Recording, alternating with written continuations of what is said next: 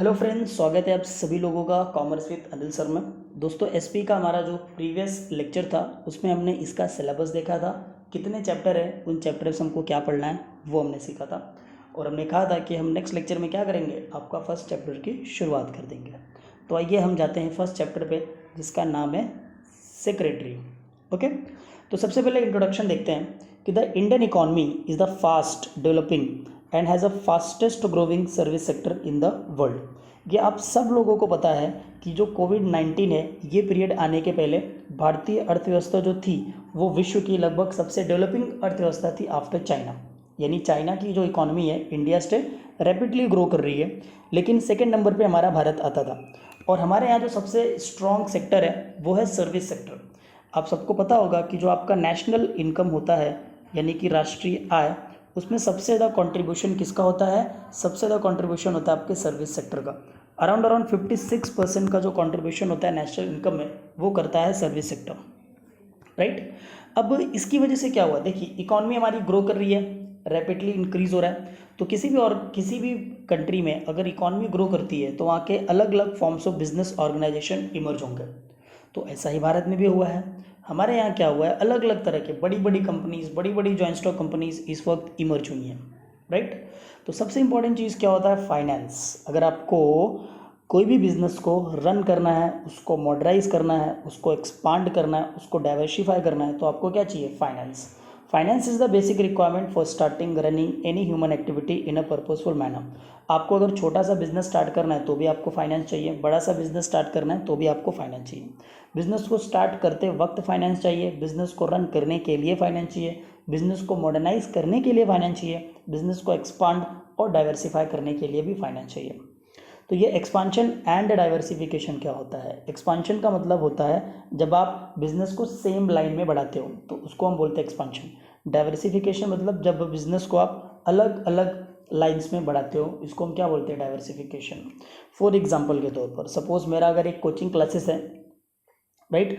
अगर सपोज मेरा एक कोचिंग क्लासेस है, वो एक सिटी में है, मैंने दूसरी सिटी में लाया, दूसरे, इस तरह से मैंने कम से कम 10-12 ब्रांचेस कर दिए, सिर्फ और सिर्फ क्लासेस। यानी मेरा बिजनेस क्या है? Only classes. इसको हम बोलेंगे एक्सपांशन, यानी मैंने अपना बिजनेस बढ़ाया सेम लाइन में। अगर मेरा कोचिंग क्लासेस में साइड बाय साइड मैंने बुक्स की दुकान भी ओपन कर दी है, मैंने गारमेंट्स की दुकान ओपन कर दी है, मैंने और भी चीज़ें, मैंने किराने की दुकान ओपन कर दी है, इसको हम क्या बोलेंगे? डाइवर्सिफिकेशन। तो चाहे मॉडर्नाइजेशन हो या डाइवर्सिफिकेशन हो, फाइनेंस आपको चाहिए। तो अगर आपको फाइनेंस चाहिए, राइट, तो इसका मतलब फाइनेंस बहुत इंपॉर्टेंट है, फाइनेंस बहुत महत्वपूर्ण है। और आपको ये पता है कि फाइनेंस अगर बहुत महत्वपूर्ण है तो उसको हैंडल करना भी उतना ही महत्वपूर्ण है। तो इसके लिए हम क्या करते हैं, एक फाइनेंशियल मैनेजमेंट इस्टेब्लिश कर देते हैं, यानी अलग से मैनेजमेंट हो जाता है जिसमें फाइनेंस के एक्सपर्ट लोग होंगे। और जो कॉरपोरेट का पैसा है, यानी कंपनी का जो पैसा है, वो कहाँ लगेगा, कहाँ नहीं लगेगा, ये सब कुछ वो एक्सपर्ट लोगों की टीम डिसाइड करेगी। और उस एक्सपर्ट लोगों के टीम को हम क्या बोलते हैं? Financial management. तो अब होता क्या है कि जो अभी का जो वर्ल्ड है, प्रेजेंट वर्ल्ड है, यहाँ पे बिजनेस बहुत ही फास्टली ग्रो कर रहा है। फिलहाल ये याद रखिएगा, ड्यू टू कोविड-19 अभी फिलहाल रफ्तार स्लो है। हमारा जो भारत का जीडीपी है, यानी कि ग्रॉस डोमेस्टिक प्रोडक्ट, यानी कि घरेलू सकल उत्पाद, वो माइनस में चला गया है। इसके पहले की बात हो रही है, जब ये बुक पब्लिश की थी तो ये पहले का सिनेरियो है। प्रेजेंट सिनेरियो इकोनॉमी का बहुत ही खस्ता चल रहा है, ये आप याद रखिएगा। तो अगर कोई भी इकॉनमी ग्रो कर रही होती है और उसमें बड़े से बड़े बिजनेस ऑर्गेनाइजेशन स्टैब्लिश होकर रन हो रहे होते हैं, तो आज का जो बिजनेस है, यह ध्यान रखिएगा, पहले जो बिजनेस होता था छोटे स्केल पे होता था, ऑपरेशन छोटे होते थे बिजनेस के। आजकल जो बिजनेस ऑर्गेनाइजेशन है, बड़े बड़े बिजनेस ऑर्गेनाइजेशंस हो गए हैं, जॉइंट स्टॉक कंपनी हो गई है, लाइक रिलायंस है, टाटा है, बिरला है, इतनी बड़ी बड़ी कंपनीज हो गई हैं। तो इनको हैंडल करने के लिए एक एक्सपर्ट इंडिविजुअल की नीड होती है, जिसके पास कुछ स्पेशल कैपेबिलिटीज़ हो, यानी स्पेशल क्षमता हो, उसको बिजनेस का टोटल नॉलेज हो कि बिजनेस को ग्रो कैसे किया जाता है, क्या क्या इंपॉर्टेंट चीज़ें होती है बिजनेस में, right. So expert individual having the special capabilities and knowledge to grow business have now become important for our present Indian business scenario। यानी कि हमारे बिजनेस प्रेजेंट इंडियन सिनारियो में हुआ क्या है, हमारे यहाँ बहुत से कॉरपोरेशंस, बड़े बड़े कॉरपोरेशन बिल्डअप हो रहे हैं, उसके अलावा ग्रो कर रहे हैं। तो उसके लिए एक ऐसे एक्सपर्ट की ज़रूरत है जिसके पास स्पेशल क्वालिटी हो, स्पेशल कैपेबिलिटीज़ हो तो बिजनेस को ग्रो करने का, राइट। तो इसी स्पेशल पर्सनैलिटी को इसी स्पेशल कैपेबल वाले बंदे को हम कहते हैं सेक्रेटरी, राइट। तो the profession of a secretary one of the such profession which caters to changing demand of the business and organisation. तो ये सेक्रेटरी का प्रोफेशन है, ये आजकल जो चेंजिंग डिमांड है बिजनेस ऑर्गेनाइजेशंस का, उसकी वजह से बहुत ज़्यादा इंपॉर्टेंट हो चुका है। तो जो सब्जेक्ट है आपका सेक्रेटरियल प्रैक्टिस, ये किस में डील करता है? ये डील करता है कि सेक्रेटरी का ओरिजिन क्या है, सेक्रेटरी शुरुआत कहाँ से हुई थी, सेक्रेटरी का इंपॉर्टेंस क्या होता है, सेक्रेटरी का फीचर्स क्या है, सेक्रेटरी के टाइप्स क्या होते हैं, सेक्रेटरी का अपॉइंटमेंट किस प्रकार से हुआ जाता है, सेक्रेटरी के अंदर क्वालिटीज़ क्या होनी चाहिए, उसकी क्वालिफिकेशंस क्या होनी चाहिए, फंक्शन यानी उसके काम क्या होने चाहिए, और सेक्रेटरी का कर्तव्य क्या होना चाहिए एक जॉइंट स्टॉक कंपनी में। याद रखिएगा, शुरू में हम छोटे छोटे लेवल से पढ़ेंगे, लेकिन पूरा सिलेबस आपका जॉइंट स्टॉक कंपनी के इर्द गिर्द घूमेगा। ओके, तो चलिए दोस्तों, हम शुरुआत करते हैं ओरिजिन ऑफ सेक्रेटरी, यानी सेक्रेटरी का ओरिजिन कहाँ से होता है, सेक्रेटरी की शुरुआत कहाँ से होती है। तो 19th सेंचुरी तक जो करस्पॉन्डेंस हैंडल करता था और डेली एक्टिविटीज़ हैंडल करता था फाइनेंस से रिलेटेड, उसको सेक्रेटरी कहा जाता था, उसको टाइटल दिया जाता था secretary, right. The Latin word secretarium और सेक्रेटरियस मीन्स सीक्रेट, यानी कि जो ये शब्द है, लैटिन शब्द सेक्रेटरियस या सेक्रेटरी, इसका मतलब क्या होता है? सीक्रेट्स।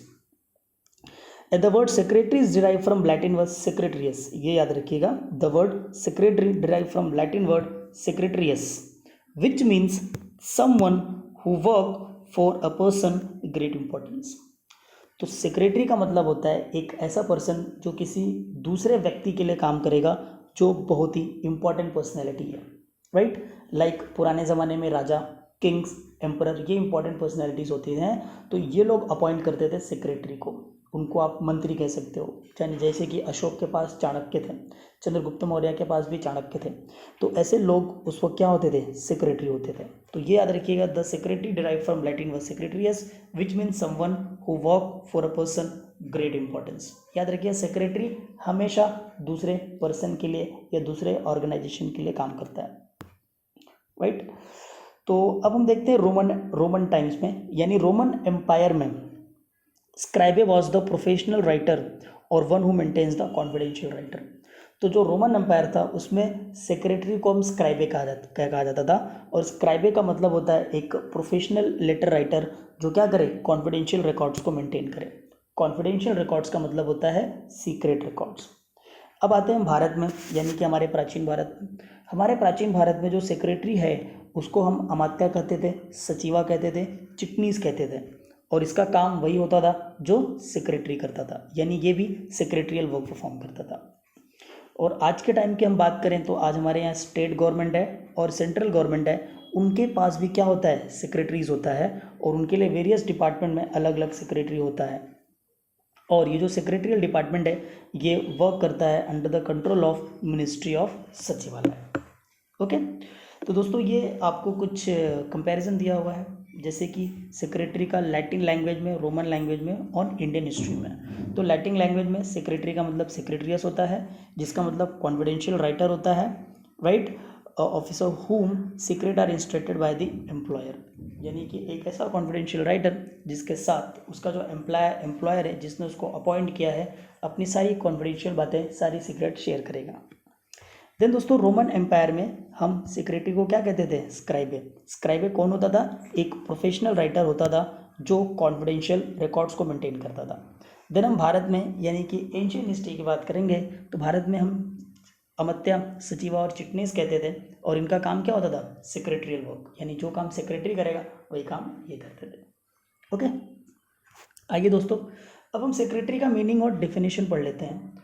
तो देख सकते हैं यहाँ पे दो डेफिनेशन है। पहला डेफिनेशन दिया है आपका ऑक्सफोर्ड डिक्शनरी ने, और दूसरा डेफिनेशन आपको दिया है इंडियन कंपनीज एक्ट 2013 में। तो पहला डेफिनेशन है, a person who work is to write for others, एक ऐसा पर्सन जिसका काम है दूसरों के लिए लिखना, specially one who is employed to conduct the correspondence, right. यानी कि जिसने उसको एम्प्लॉयड किया हुआ है, जिसने उसको एम्प्लॉयमेंट पे रखा हुआ है अपना करस्पॉन्डेंस हैंडल करने के लिए, अपने रिकॉर्ड्स को मेंटेन करने के लिए, अपने ट्रांजैक्शंस को मेंटेन करने के लिए, और याद रखिएगा for another person, for another society, for another public body. यानी कि सेक्रेटरी एक ऐसा व्यक्ति होता है जो किसी दूसरों के लिए लिखता है, उसका काम होता है दूसरों का करस्पॉन्डेंस देखना, दूसरों के रिकॉर्ड्स मेंटेन करना, दूसरों के जो भी बिजनेस के ट्रांजैक्शन होंगे उनको रिकॉर्ड करना। ये सारा काम वो किसके लिए करेगा? अदर पर्सन के लिए, या फिर सोसाइटी के लिए, या फिर कॉरपोरेशन, या फिर पब्लिक बॉडी के लिए। ओके, यानी सेक्रेटरी को एक इंडिविजुअल पर्सन भी अपॉइंट कर सकता है, एक सोसाइटी भी अपॉइंट कर सकती है, कॉरपोरेशन भी अपॉइंट कर सकता है, और पब्लिक बॉडी भी अपॉइंट कर सकता है। ओके, आते हैं हम सेकंड डेफिनेशन में जो दिया है इंडियन कंपनीज एक्ट 2013 ने। ये थोड़ा सा लीगल टाइप का डेफिनेशन है, तो इस पर आप ध्यान दीजिएगा। कंपनी सेक्रेटरी और a secretary means company secretary defined under the clause of C or sub section of 1। Company secretary क्या है? जिसको clause C or sub section 1 ने डिफाइन किया गया है, right. Under the company secretaries act 1890 and who is appoint by company, जिसको company appoint करती है to perform function of a company secretary under this act. Okay, उसके बाद में द कंपनी सेक्रेटरीज एक्ट 1980 ने भी डिफाइन किया है कि अ person who the member of institute of company secretaries of India, जिसको आप CS का कोर्स बोल सकते हो, राइट, जिसको हम बोलते हैं CS यानी कि कंपनी सेक्रेटरी।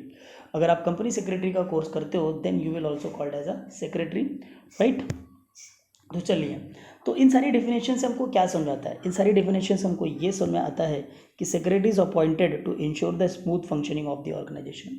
सेक्रेटरी को अपॉइंट किया जाता है ताकि ऑर्गेनाइजेशन का जो फंक्शनिंग है वो स्मूथली चलता रहे। सेक्रेटरी असिस्ट करेगा वेरियस फंक्शन में, करस्पॉन्डेंस में हेल्प करेगा, मीटिंग्स में रिकॉर्ड्स मेंटेन करेगा, और एडमिनिस्ट्रेटिव वर्क में ऑर्गेनाइजेशन की मदद करेगा। ओके, तो आइए दोस्तों हम जाते हैं फीचर्स ऑफ सेक्रेटरी पर। देखिए, फीचर्स ऑफ सेक्रेटरी, फीचर्स का मतलब होता है विशेषता या वैशिष्ट। टोटल पहला, सेक्रेटरी का सबसे बड़ा फीचर होता है कि यह हमेशा इंडिविजुअल होता है। दूसरा, इसकी कुछ ड्यूटीज़ होंगी, क्वालिफिकेशन होंगी, अपॉइंटमेंट होगा, बाद में पेड एम्प्लॉई है, कॉन्फिडेंशियल ऑफिसर है, रिप्रेजेंटेटिव है, और क्वालिटीज़ है। तो आइए हम एक एक पॉइंट को डिस्कस करते हैं। तो अब देखिए, फीचर्स का मतलब क्या होता है? विशेषता, राइट। तो आपको ये याद रखना है कि सेक्रेटरी एक एम्प्लॉय होता है जो अपने एम्प्लॉयर के लिए काम करता है, राइट। यानी कि कोई पर्सन इसको अपॉइंट कर सकता है, या फिर कोई ऑर्गेनाइजेशन इसको अपॉइंट कर सकता है और अपने काम करवा सकता है, और इसके बदले में वो सैलरी देगा। किसको सैलरी देगा? सेक्रेटरी को। सेक्रेटरी का काम क्या होता है? सेक्रेटरी का काम होता है जो करस्पॉन्डेंस यानी कि लेटर है वो हैंडल करना, इंपॉर्टेंट रिकॉर्ड्स को मेंटेन करना, मीटिंग्स अरेंज करना, ये काम होता है सेक्रेटरी का। तो आइए दोस्तों हम जाते हैं सीधा सीधा इसके फीचर्स में। तो पहला पॉइंट है दोस्तों इंडिविजुअल। ये याद रखिएगा, सेक्रेटरी हमेशा इंडिविजुअल अपॉइंट होता है। कोई इंस्टीट्यूशन या कोई कॉरपोरेट बॉडी सेक्रेटरी के तौर पर कभी भी अपॉइंट नहीं हो सकते। सेक्रेटरी हमेशा एक इंडिविजुअल व्यक्ति या इंडिविजुअल पर्सन होता है। कोई दूसरा ऑर्गेनाइजेशन, कोई इंस्टीट्यूट किसी के लिए सेक्रेटरी का काम नहीं कर सकता। तो secretary has to be individual as per the company law. Company law के हिसाब से सेक्रेटरी हमेशा इंडिविजुअल होगा, और इसके पास कुछ स्किल्स चाहिए होंगी, कुछ ड्यूटीज़ होंगी, कुछ रिस्पॉन्सिबिलिटीज़ होगी जो एम्प्लॉयर के थ्रू इसको परफॉर्म करना पड़ता है। ओके, यानी कंपनी सेक्रेटरी क्या करेगा? जो भी रिस्पॉन्सिबिलिटीज़ है, ड्यूटीज़ है अपने एम्प्लॉयज़ की, वो निभाएगा, और उसके लिए इसको क्या चाहिए? कुछ स्किल्स चाहिए। ओके, तो सेकंड हम जाते हैं ड्यूटीज़। तो सेक्रेटरी को अपॉइंट कर रहे हैं तो बेसिकली कुछ ना कुछ तो इनकी ड्यूटीज़ भी होंगी। सेक्रेटरी की जो ड्यूटी होती है वो बेसिकली होती है रूटीन कामों को परफॉर्म करना, उसके अलावा एडमिनिस्ट्रेटिव ड्यूटीज़ को परफॉर्म करना। इसमें करस्पॉन्डेंस आता है, मीटिंग्स आ जाते हैं, रिकॉर्ड्स मेंटेन करना आ जाता है, और इन्फॉर्मेशन प्रोवाइड करना आ जाता है। ये इनका रूटीन काम है। सेक्रेटरी का रूटीन काम क्या है? करस्पॉन्डेंस हैंडल करना, यानी कि लेटर व्यवहार, पत्र व्यवहार, राइट। और आजकल तो डिजिटल हो गया है, तो ईमेल्स आते हैं, तो इनवर्ड ईमेल्स और आउटवर्ड ईमेल दोनों देखना पड़ता है। मीटिंग्स को कंडक्ट करना पड़ता है। अगर वो एक पर्सनल सेक्रेटरी है तो उसके बॉस के साथ किसकी किसकी मीटिंग है, किसकी अपॉइंटमेंट है, ये फिक्स करेगा। अगर वो इंस्टीट्यूशनल सेक्रेटरी है तो ऑर्गेनाइजेशन में बोर्ड ऑफ डायरेक्टर्स की मीटिंग, शेयर होल्डर्स की मीटिंग कब क्या वो डिसाइड करेगा, रिकॉर्ड्स मेंटेन करेगा। उसके अलावा एम्प्लॉयर को कोई भी इन्फॉर्मेशन चाहिए तो सेक्रेटरी वो इन्फॉर्मेशन प्रोवाइड करेगा। ये उसका रूटीन काम होता है।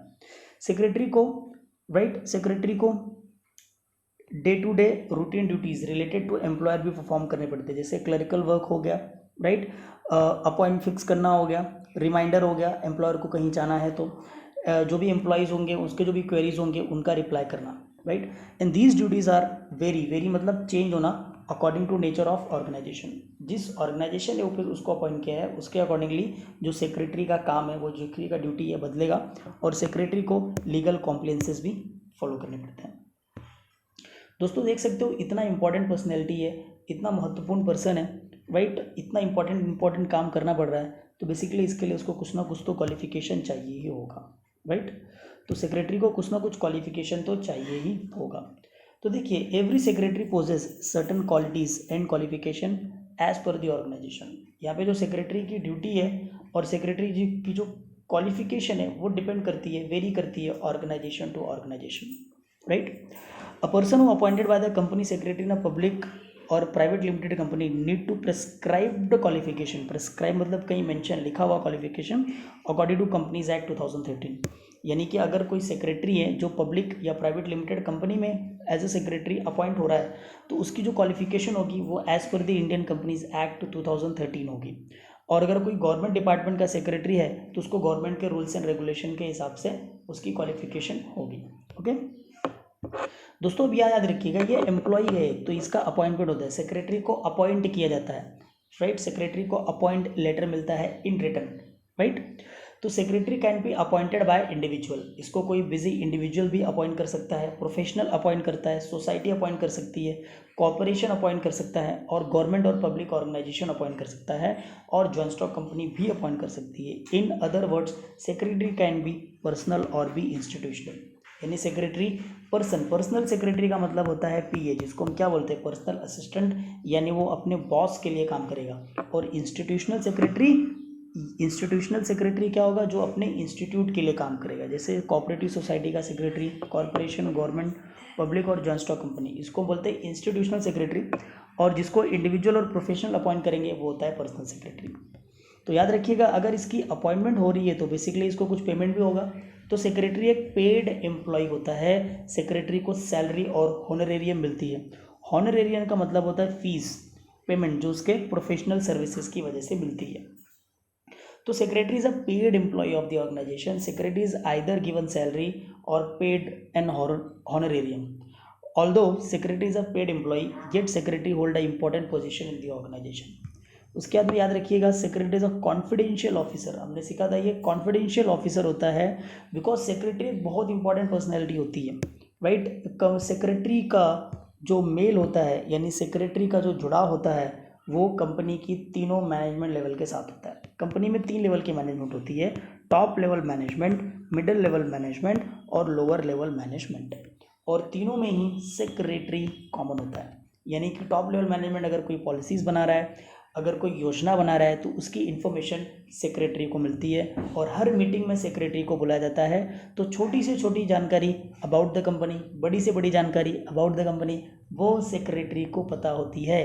तो याद रखिए ये सारी बातें उसको बाहर बतानी नहीं है, क्योंकि उसको अपने कंपनी के प्रति लॉयल रहना है, अपनी कंपनी की बातें अपने तक ही सीक्रेट रहना है, उसको बाहर जाके ये सारी बातें डिस्क्लोज नहीं करनी है। एग्जाम्पल के तौर पर पुराने ज़माने में जो राजा महाराजा होते थे, उनके जो किंग्स और सम्राट होते थे, उनको उनका जो मंत्री होता था, उनके जो ऑफिसर्स होते थे, उनको पता होता था कि हमारी रणनीति क्या है, हम किसके ऊपर अटैक करने वाले हैं, किसको मारने वाले हैं। तो सामने वाले का ये काम नहीं कि जाके बाजू वाले राजा को बता देना यार वो तुम्हारे ऊपर अटैक करने वाला है, राइट। सो ये काम नहीं होता, याद रखिएगा। ये कॉन्फिडेंशियल ऑफिसर होता है, यानी इसको सारी बातें सीक्रेट रखनी होती है। Secretary is a custodian. Custodian मतलब उसकी कस्टडी में रहता है सारा सीक्रेट और confidential information about his organisation. And secretaries are closely connected with the top level, so it can be involve in decision making policies. उसके अलावा सेक्रेटरी एक रिप्रेजेंटेटिव है। याद रखिएगा सेक्रेटरी रिप्रेजेंटेटिव है अपने बॉस का या फिर अपने इंस्टीट्यूट का, वो रिप्रेजेंट करेगा। तो 2 टाइप के सेक्रेटरी होते हैं, एक है पर्सनल और एक इंस्टीट्यूशनल। जो सेक्रेटरी इंडिविजुअल अपॉइंट करता है उसको बोलते हैं पर्सनल सेक्रेटरी, और जिसको याद रखिएगा, और जिसको इंस्टीट्यूट अपॉइंट करता है उसको बोलते हैं इंस्टीट्यूशनल सेक्रेटरी। तो personal secretaries are represent their employers, अपने एम्प्लॉयर को रिप्रेजेंट करेंगे। जैसे अमिताभ बच्चन का सेक्रेटरी हो गया, सलमान खान का सेक्रेटरी हो गया, किसी बड़े डॉक्टर का सेक्रेटरी हो गया, किसी बड़े वकील का सेक्रेटरी हो गया, ओके। और institutional secretaries appoint by societies. जैसे आपने एक सीरियल देखा होगा तारक मेहता का उल्टा चश्मा, तो उसमें एक सेक्रेटरी हैं आत्माराम तुकाराम भिड़े, तो वो किसको रिप्रेजेंट करते हैं? वो रिप्रेजेंट करते हैं गोकुल धाम सोसाइटी को। वो गोकुल धाम सोसाइटी क्या है? सेक्रेटरी। तो ये सोसाइटी के सेक्रेटरी, कंपनीज के सेक्रेटरी, जैसे टाटा कंपनी के सेक्रेटरी, बिरला कंपनी के सेक्रेटरी, देन गवर्नमेंट डिपार्टमेंट की कंपनी, और ये लोग रिप्रेजेंट करेंगे अपने ऑर्गेनाइजेशन को। यानी जो पर्सनल सेक्रेटरी होगा वो रिप्रेजेंट करेगा अपने एम्प्लॉयर को, और जो इंस्टीट्यूशनल सेक्रेटरी होगा वो रिप्रेजेंट करेगा अपने अपने ऑर्गेनाइजेशन को। देन सेक्रेटरी है बनने के लिए आपके पास कुछ क्वालिटीज़ भी चाहिए। बहुत इंपॉर्टेंट पर्सनैलिटी है सेक्रेटरी। कंपनी की सारी योजनाएं, सारी मीटिंग्स कंपनीज के थ्रू होके जाती है। जितने भी लेवल के मैनेजमेंट है सब सेक्रेटरी के साथ डील करते हैं। तो सेक्रेटरी के पास कुछ क्वालिटी होनी चाहिए ताकि वो अपनी ड्यूटीज़ को स्मूथली परफॉर्म कर सके। इसमें लाइक कॉन्सेंट्रेशन, सेक्रेटरी जो भी काम करे कॉन्सेंट्रेशन के साथ करे। इंटेलिजेंट होना चाहिए, इंटेलिजेंट टैक्ट यानी कि उसको माइंड यूज़ करने आना चाहिए। लॉयल होना चाहिए, अपने लॉयल मतलब सच्चा होना चाहिए अपने कंपनी के प्रति, अपने एम्प्लॉयर के प्रति। देन कॉपरेशन यानी एक दूसरे की मदद करे, ऐसा नहीं कि जेलिसी रख रहा है, मदद नहीं कर रहा है। कर्टसी मतलब पोलाइटनेस यानी सेक्रेटरी जो होता है वो कभी कभी रिसेप्शन फंक्शन भी परफॉर्म करता है, आउटसाइडर्स के साथ डील करता है, कंपनी के ऑफिसर्स के साथ और कंपनी के ऑफिसर्स के साथ में डील करता है। तो उस वक्त उसकी जो लैंग्वेज होगा ना वो कर्टसी यानी पोलाइटनेस होनी चाहिए। उसके बाद में सेक्रेटरी के पास लीडरशिप की क्वालिटी होनी चाहिए, वो एक अच्छा लीडर होना चाहिए। ऑर्डरलीनेस यानी कि जो भी काम करे प्रॉपर ऑर्डर में करे, ऐसा नहीं कि वो कुछ भी कर रहा है। तो अगर ये सारी क्वालिटीज़ उसके पास हैं तो वो अपने ऑर्गेनाइजेशन को असिस्ट कर सकता है ताकि ऑर्गेनाइजेशन का वर्किंग स्मूथली चल सके, राइट। तो दोस्तों ये 8 क्वालिटीज़ थी, ये 8 फीचर्स थे सेक्रेटरी का। तो आज हम फिलहाल ये लेक्चर अभी ख़त्म कर रहे हैं। दोस्तों आने वाला जो लेक्चर होगा उसमें हम सीखेंगे इंपॉर्टेंस ऑफ सेक्रेटरी। तो दोस्तों चैनल को लाइक करो, सब्सक्राइब करो, ज़्यादा से ज़्यादा लोगों तक शेयर करो और कमेंट करो। और आपको कोई भी डाउट आ रहा है तो कमेंट करके मुझसे आप पूछ सकते हैं। अगर आपकी कोई एडवाइस है तो भी आप वो मुझे बता सकते हैं। Okay, so thank you. मिलते हैं दोस्तों हम अगले लेक्चर में, और अगले लेक्चर में हम क्या पढ़ने वाले हैं? Importance of secretary. ओके।